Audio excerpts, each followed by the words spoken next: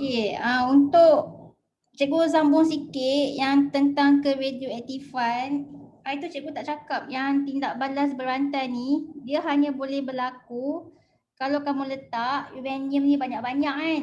Kena letak banyak-banyak uranium. Lepas tu dia punya gisim dia. Setiap uranium dia ada gisim dia. So nak kena ada gisim berapa untuk uranium tu supaya berlaku tindak balas letupan tu kan, supaya berlaku tindak balas pembelahan tu. So dia ada syarat dia. Syarat ni adalah gisim radioaktif. Gisim radioaktif. Okay, gisim bahan radioaktif, tak kisahlah apa-apa bahan pun, mesti melebihi. Okay, mesti melebihi gisim genting. So kalau dalam soalan kamu nampak perkataan gisim genting, janganlah pelik Gisim genting tu maksudnya setiap bahan radioaktif kalau nak buat tindak balas pembelahan kan, nak buat tindak balas pembelahan supaya berlaku letupan. Okey, setiap bahan radioaktif tu mesti melebihi gisim genting, baru boleh berlaku letupan. Kalau kurang daripada gisim genting tak boleh. So macam mana nak tahu gisim genting dia berapa? Contohnya macam uranium kan. Mana ke uranium sekejap Okay, macam ni kan, kita ni uranium, tindak balas rantai untuk uranium. Kamu kena letak banyak-banyak uranium. Kemudian gisim tu uranium ni, setiap uranium ni gisim dia mesti melebihi gisim genting. Okey. Barulah berlaku tindak balas rantai. Okey, barulah berlaku letupan. Faham ke ni? Okey, nak tahu kan berapa gisim genting dia? Okey, berapa dia punya gisim genting untuk uranium?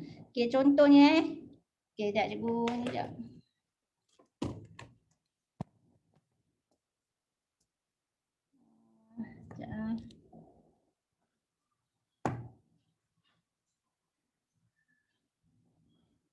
Okey, macam tadi tindak balas rantai uranium, kita nak belahkan dia kena tembak apa kelas? Itu cikgu cakap kena tembak apa? Nak belahkan uranium ni kita kena bedilkan dia dengan apa? Respon. Neutron. Neutron. Ada berapa neutron nak tembak? Satu. Satu neutron. Daripada satu neutron bila dia belahkan uranium, terhasillah banyak-banyak neutron yang lain kan. Okey, so setiap uranium tu mesti melebihi gisim genting, barulah jadi. Nak tahu berapa gisim genting dia yang ni Okey, kita tengok kalau 1 kg dia tak jadi. Dia tak adalah dibelahkan, tak adalah letupan. So berapa gisim genting dia? Macam ni belum lagi. 5.3 belum. 6.2 belum. So tengok berapa gisim genting dia. Sekejap 7.8 belum lagi. Gisim genting dia kena berapa kg? 9. Ya, 9. Gisim genting dia dalam 9.1 kg macam tu kan. Gisim genting dia. So kena make sure gisim setiap uranium tu mesti lebih lah daripada 9.1 kg barulah dia jadi dia punya letupan. Okey, kalau macam ni, kalau ringan sangat tak boleh, dia mesti dalam lebih daripada 9 kg, 9.1 kg macam tu. Oh, tadi 9 kg belum Yelah, kena lebih daripada 9 kg lah. So gisim genting dia 9 kg. Okey, gisim genting dia 9 kg. Okey, 9 kg tak jadi lagi kan 9. Dia kena lebih gisim genting. 9 belum. So kena lebih lah 9. Barulah jadi letupan. Faham ke ni? Faham. So nama dia gisim genting. Okey. Nama dia gisim genting. Okey, dah. So next kita masuklah tajuk elektrik. Okey, mana tajuk elektrik? Simpan lagi ke elektrik ni? Ada lagi simpan. Oh, ada lagi. Okey. Sekejap Okay, so ni tajuk elektrik. Okey, macam mana boleh datangnya elektrik? Elektrik datang daripada mana? Elektrik datang daripada, macam mana boleh terjadinya elektrik? Siapa boleh bagi tahu? Macam mana boleh ada elektrik? Sebab ada Elektron. ya, dia datang daripada elektron, okey? Bila ada elektron, barulah ada elektrik. So kat mana elektron tu? Dalam setiap atom. Semua atom ada elektron. Contohnya macam atom karbon kan? Semua atom lah ada elektron. So kalau atom karbon, contohnya atom karbon berapa nombor proton dia? Berapa? Cikgu tak ingat atom karbon berapa nombor proton dia. Kamu ingat nombor, okey, sekejap. Kalau dalam kimia kamu belajar atom karbon, mula kamu lukis dia punya nukleus kan? Betul tak? Betul. Betul. Dalam nukleus ni, ni okey, ni nukleus dia. Ini nukleus dia. So dalam nukleus tu ada apa? Dalam nukleus dia ada proton dengan neutron. Lepas tu kamu lukis luar daripada nukleus tu ni kita panggil apa ni dalam kimia? Petala. Petala. Okey. So dalam petala, okey, so ni petala. So kat petala pertama isi apa? Apa yang ada dalam petala pertama? Ada Elektron valence. elektron. Ada elektron valence kan? Mesti okey, petala pertama ada dua elektron valence. Kan macam ni kamu okey. Dua. Lepas tu petala yang selebihnya maksimum berapa? 8 8 kan? Okey. Macam ni karbon berapa? 24 24 macam ni kan. Okey, so elektron ni charge dia charge apa kelas elektron? Charge apa? Positif ke negatif? Negatif. Charge negatif. So elektron dalam atom semua ada elektron. So kalau bila elektron tu mengalir, adalah elektrik. Okey. Okey, so kita sebab elektron ni ada charge, dia charge. Elektron ni bercharge, so dia bercharge negatif. Okey. Sebab tu lah dulu kamu belajar dalam kimia, belajar apa sel apa nak buat sel kimia tu. Kejap sel kimia. Contohnya kamu ada ni apa? Kuprum contohnya ni kuprum. Kan? Maksudnya apa? Larutan larutan. Contohnya sekejap. Cikgu pun tak ingat sekejap. Dalam larutan ni, bagi cikgu contoh nak buat sel kimia.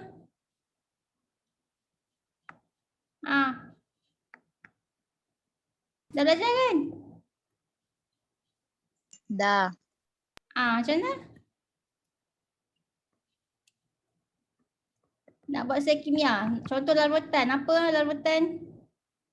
Larutan contohnya kuprum 2 iodida. Okey, contoh larutan kuprum 2 iodida. Okey. Lepas tu apa dah cikgu pun tak ingat. Takkan korang tak ingat kot. Yang pandai kimia kat sini. Dah seorang pun tak ingat. Dalam sel kimia ni dia tak ada bateri tau sebab dia sendiri yang bateri. So dia perlukan dua logam. Contohnya ni logam apa logam kuprum Ni contoh logam kuprum, ini logam Magnesium. Magnesium contohnya ni logam magnesium.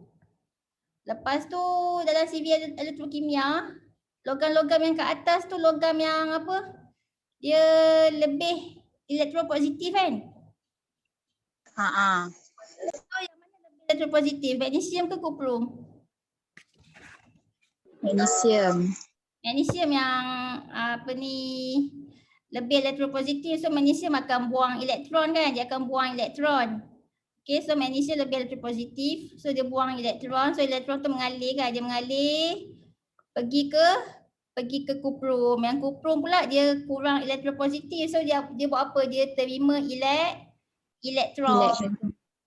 So magnesium yang lebih elektron positif ni terjadilah terminal apa ni? Terminal negatif kan? Terminal negatif. Lepas tu kuprum terminal positif. Kan? Yang larutan ni cikgu tak sure betul ke tak. Larutan kena ambil larutan apa? Magnesium ke kuprum? Dia kena ambil larutan yang magnesium apa? Magnesium iodida ke kuprum 2 iodida larutan? Larutan cikgu tak sure dah lama lah tinggal kimia. Okey, tapi yang cikgu tahu kat situ lah magnesium yang kurang elektron positif dia akan buang elektron. Yang kuprum yang lebih elektron positif dia akan terima elektron. So bila elektron tu mengalir adalah arus. Betul tak? Kalau elektron mengalir daripada apa ni? Daripada sini, daripada ke arah sana, kalau elektron tu ke arah sana, so arus ke arah mana? Kalau elektron ke kiri, arus ke kanan. ya. Kalau elektron ke kiri, arus ke kanan, okey? Arus ke kanan. So arus dia ke kanan. Pendai je okey, arus dia ke kanan. So bila kita nak tengok betul ke ada arus, kita letaklah emitter kan. Nanti letak emitter kat sini ke ataupun letak mentol ke kan. Apa okey, nak pula padam jadi ni. Kita letak mentol. So nanti mentol ni buat apa? Dia akan menyala menunjukkan ada arus. So itulah menunjukkan yang arus ni datang daripada elektron. Faham tak ni? Boleh? Faham. Boleh. So elektron charge negatif. Jadi dalam fizik dia tak suka fokus pada elektron ya. Fizik dia lebih fokus kepada arus dia.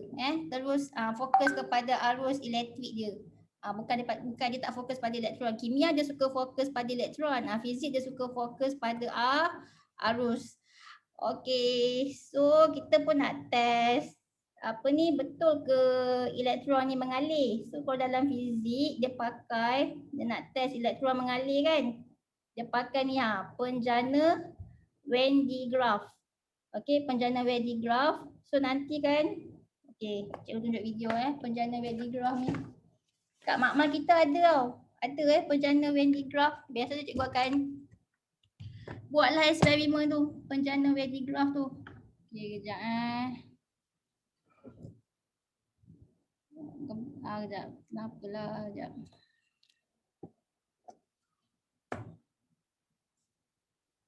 Okey, penjana Van de Graaff. Mana? Yang ni ke? Bukan.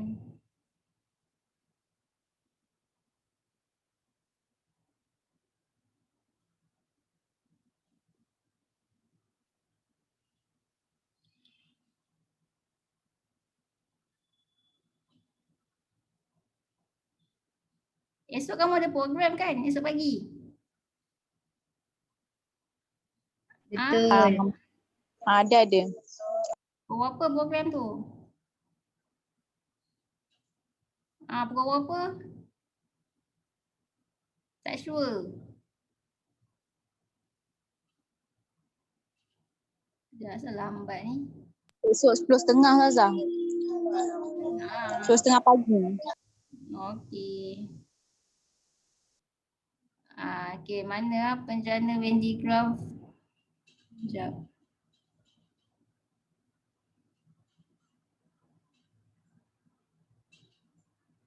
Van de Graaff. Alamak, mana? Oh ni.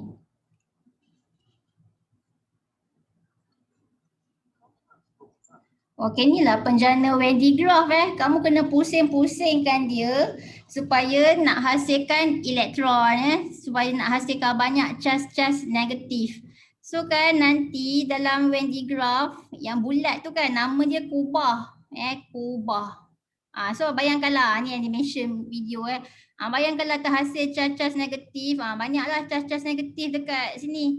Yang atas tu kita panggil kubah ni kita panggil dia kubah. So ada banyak charge negatif. Okey, bila charge negatif dengan charge negatif ni, bila dah banyak dalam kubah ni, dia nak keluar tau. So bila kamu dekatkan yang benda ni, nanti kan kamu akan nampak spark. Kejap kalau kat Mama kita buatlah eksperimen ni. And then kan nanti charge negatif tu dia akan nak mengalir keluar, dia akan pindah kat sini. Kan? So sebab tu kamu akan nampak spark. Tadi nampak ke spark dia? Nampak. Nampak macam kilat. Okey kejap. Mana ke tadi? Baik. Oh ni. Kamu pusingkan Venn diagram, nanti dia banyak charge negatif. Nanti charge negatif tu penuh dalam kubah tu. So kalau ada tempat yang dia boleh lompat, dia nak lompat. Okay, dia akan lompat. Okay, ni semua charge negatif. Okay. So nanti dia kamu dekatkan ni, tak tahulah macam ada berbola logam kat situ.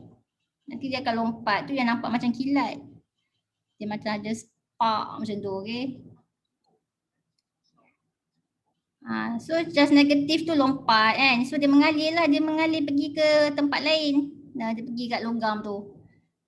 Okay, dia pergi kat logam tu. So dia lompat. Nanti nampak kilat. Mana kilat dia? Mana spark dia? Nampak? Itulah spark dia. Okay. Okay. Nampaklah dia punya percikan dia. Okay. So dia bukan setakat. Okay, lagi eksperimen lain yang macam ni juga. Okay, macam contoh ni. Yang ni pun sama. Okay, tengok budak ni.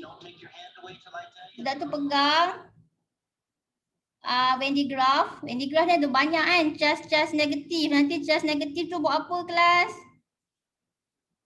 Pergi kat rambut tu. Kat rambut. Kat rambut. So rambut budak ni pun terpacak-pacak kat situ Okay, sebabnya charge negatif tu. Okay, kejap. Cikgu pause sekejap. Okay. So bila dia pegang kubah ni ada banyak charge negatif. Sekejap.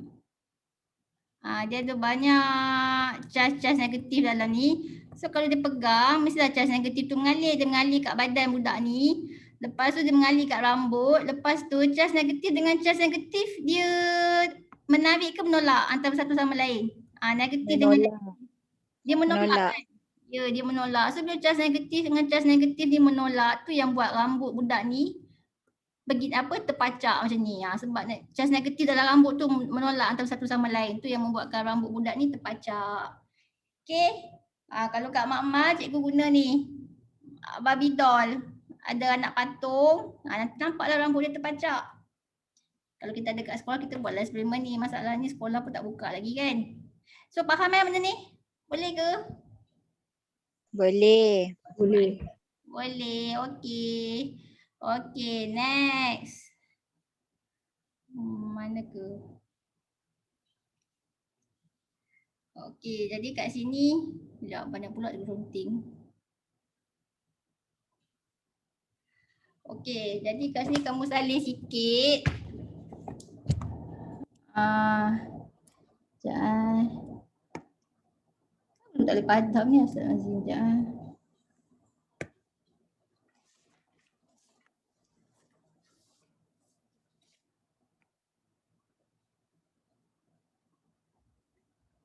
Mana tu?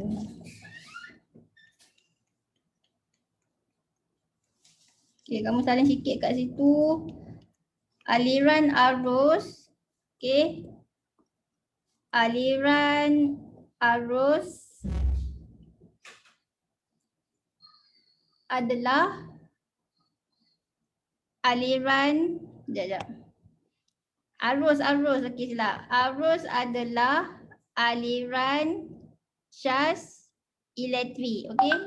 Arus adalah aliran charge elektrik. Charge elektrik yang elektron tu mengalir tu, yang charge negatif mengalir tu, itu adalah bila dia mengalir terjadilah arus.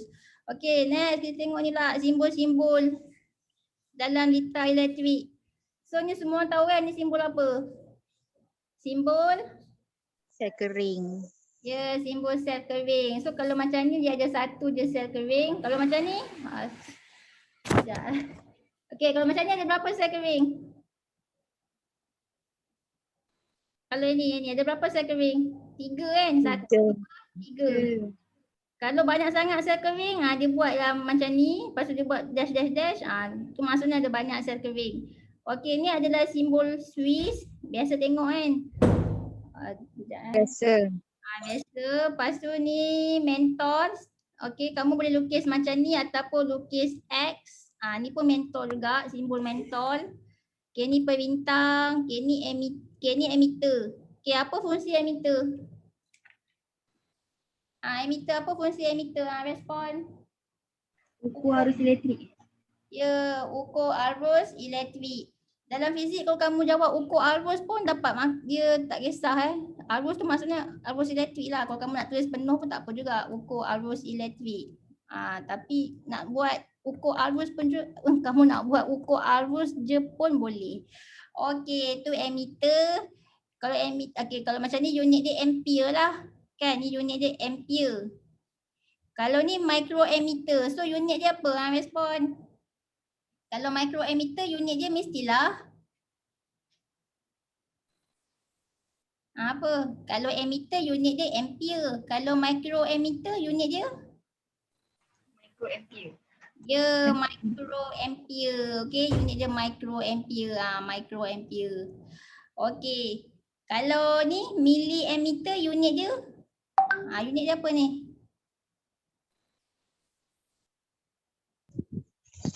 Millimeter. Bukan milliammeter. Milliammeter tu alat. Unit. Milliampere. Ya, milliampere. Okey, next. Ni simbol voltmeter. Okey, voltmeter apa dia punya ni? Fungsi dia. Ukur apa? Kalau ammeter ukur arus, kalau voltmeter ukur? Voltage. Ukur voltan. Kamu boleh jawab ukur voltan ataupun kamu boleh jawab nama lain dia, ukur beza keupayaan. Kenapa? Okey, beza keupayaan. So beza keupayaan tu maksudnya voltan lah, okey. Ada setengah soalan sila kira voltan, ada setengah soalan dia kata sila kira beza keupayaan. So beza keupayaan tu adalah voltan. Okey. Ni. Okey, apa beza? Okey, tadi voltmeter ukur beza keupayaan kan, voltan. Okey, ni galvanometer, ni simbol galvanometer. Biasa kita buat G. Yang anak pandang ni abaikanlah Okey, galvanometer ukur apa? Siapa tahu? Galvanometer. Ukur apa? Ukur arus ke ukur beza keupayaan? Galvanometer. Pilih jawapan. Ukur arus ke ukur beza keupayaan? Keupayaan.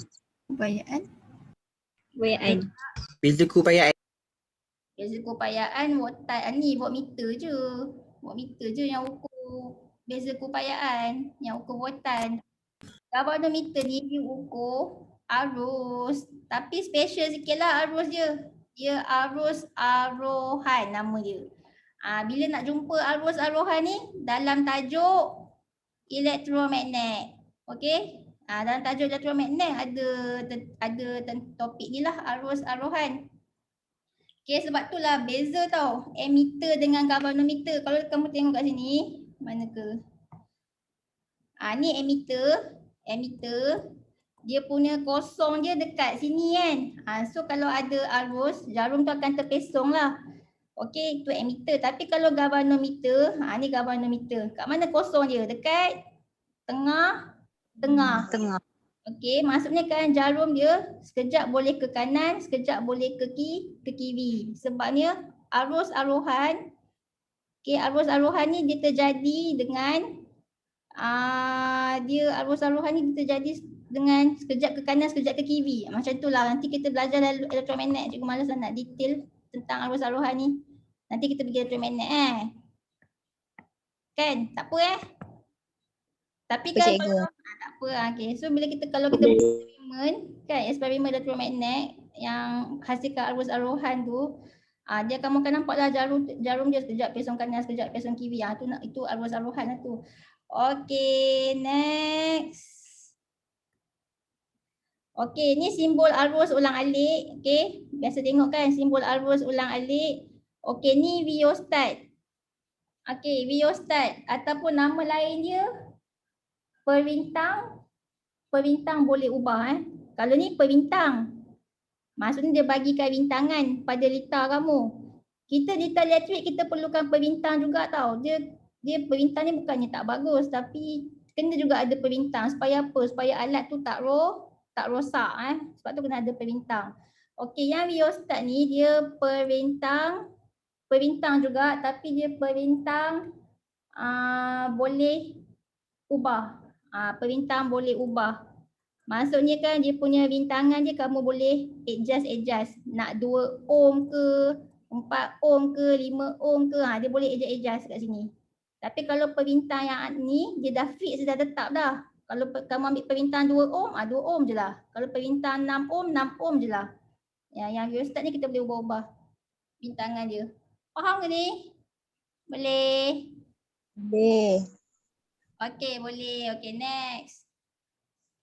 Okey, ni lah dia. Kalau kamu baca kat sini dia kata apa? Cas sebenarnya dibawa oleh elektron yang sentiasa mengalir dari terminal negatif ke terminal positif. Ni yang kamu belajar dalam kimia tu kan. Okey, dalam kimia elektron mengalir daripada terminal negatif ke terminal positif. Disebabkan ada elektron yang mengalir, barulah terjadi apa? Arus. So arus dia mengalir macam mana pula? Arus mengalir daripada terminal positif ke terminal negatif. Dia di opposite direction.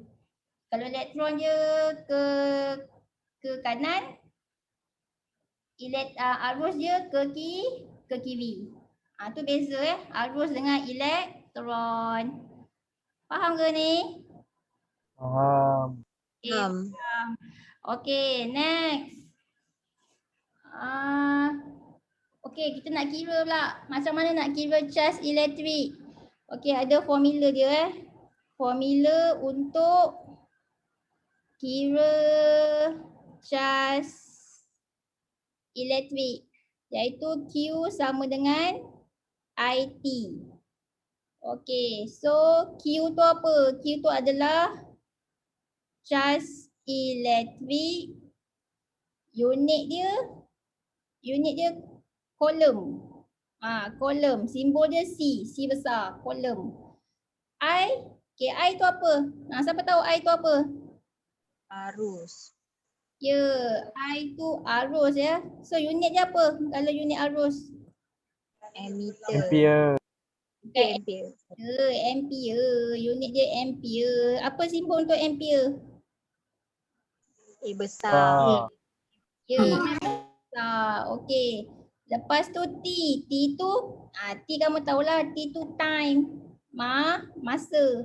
So nak guna masa unit apa ni? Guna unit unit apa? Macam biasalah formula. Saat. Guna unit saat saat. Okey.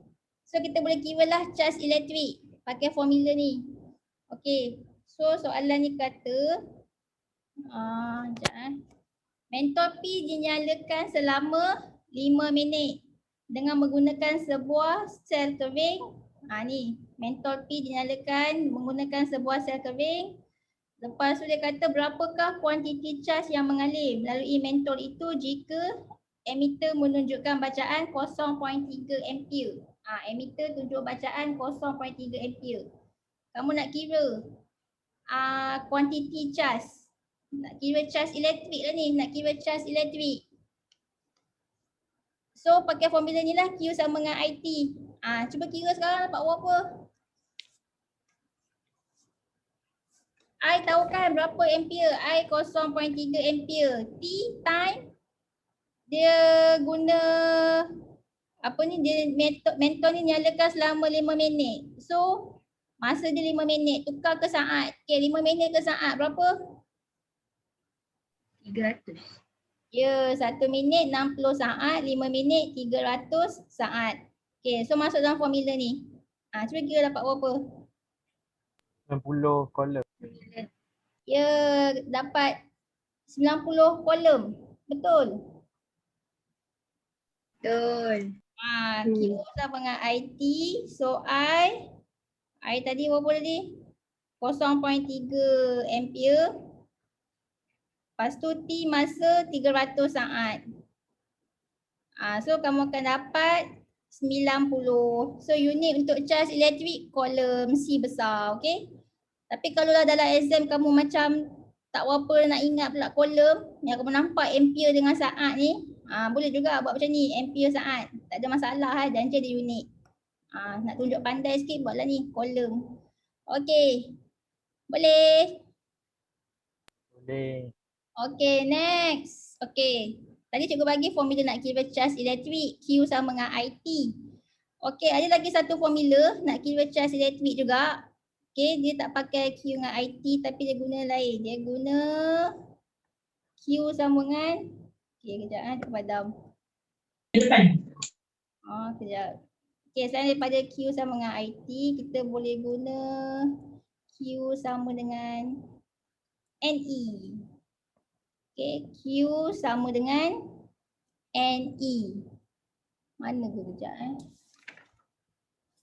ni Q sama dengan NE. So Q tu apa? Okay, Q tu ni lah. Q tu charge elektrik lah. Okay, charge elektrik. Unit dia kolom C besar. Okay, N tu apa? N tu adalah bilangan apa? Ni charge kan, charge ni charge elektrik hasil daripada elektron kan. So bilangan elektron lah. Okay, bilangan elektron. Lepas tu E tu adalah dia punya charge untuk satu elektron. Charge untuk elektron, charge untuk satu elektron. Charge untuk satu elektron. Okay, so apa dia punya charge dia? Okay, charge ni adalah 1.6 darab 10 negatif 19 kolom. Ni charge untuk satu elektron.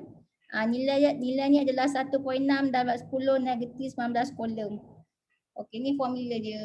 So dia kata kat sini, soalan B, tentukan bilangan elektron yang mengalir melalui mentol itu jika charge pada satu elektron adalah 1.6 darab 10 negatif 19 kolom.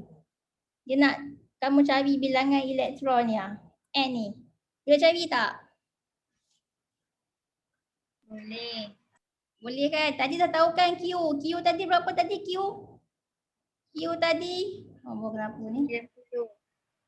Ya, Q tadi 90 kolom.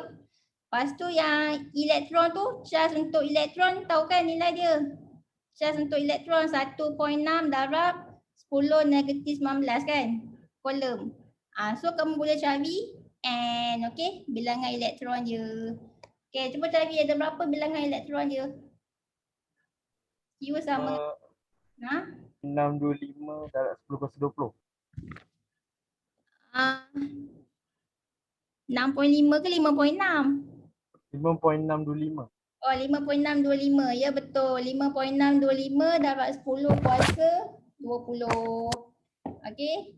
So nak cari bilangan elektron pakai formula Q sama dengan NE. So N sama dengan Q per dengan E. Jadi Q tu charge. Okay, kejap. So 60 Q 60 kolom bahagi dengan elektron, nilai dia 1.6 darab 10 negatif 19 kolom. So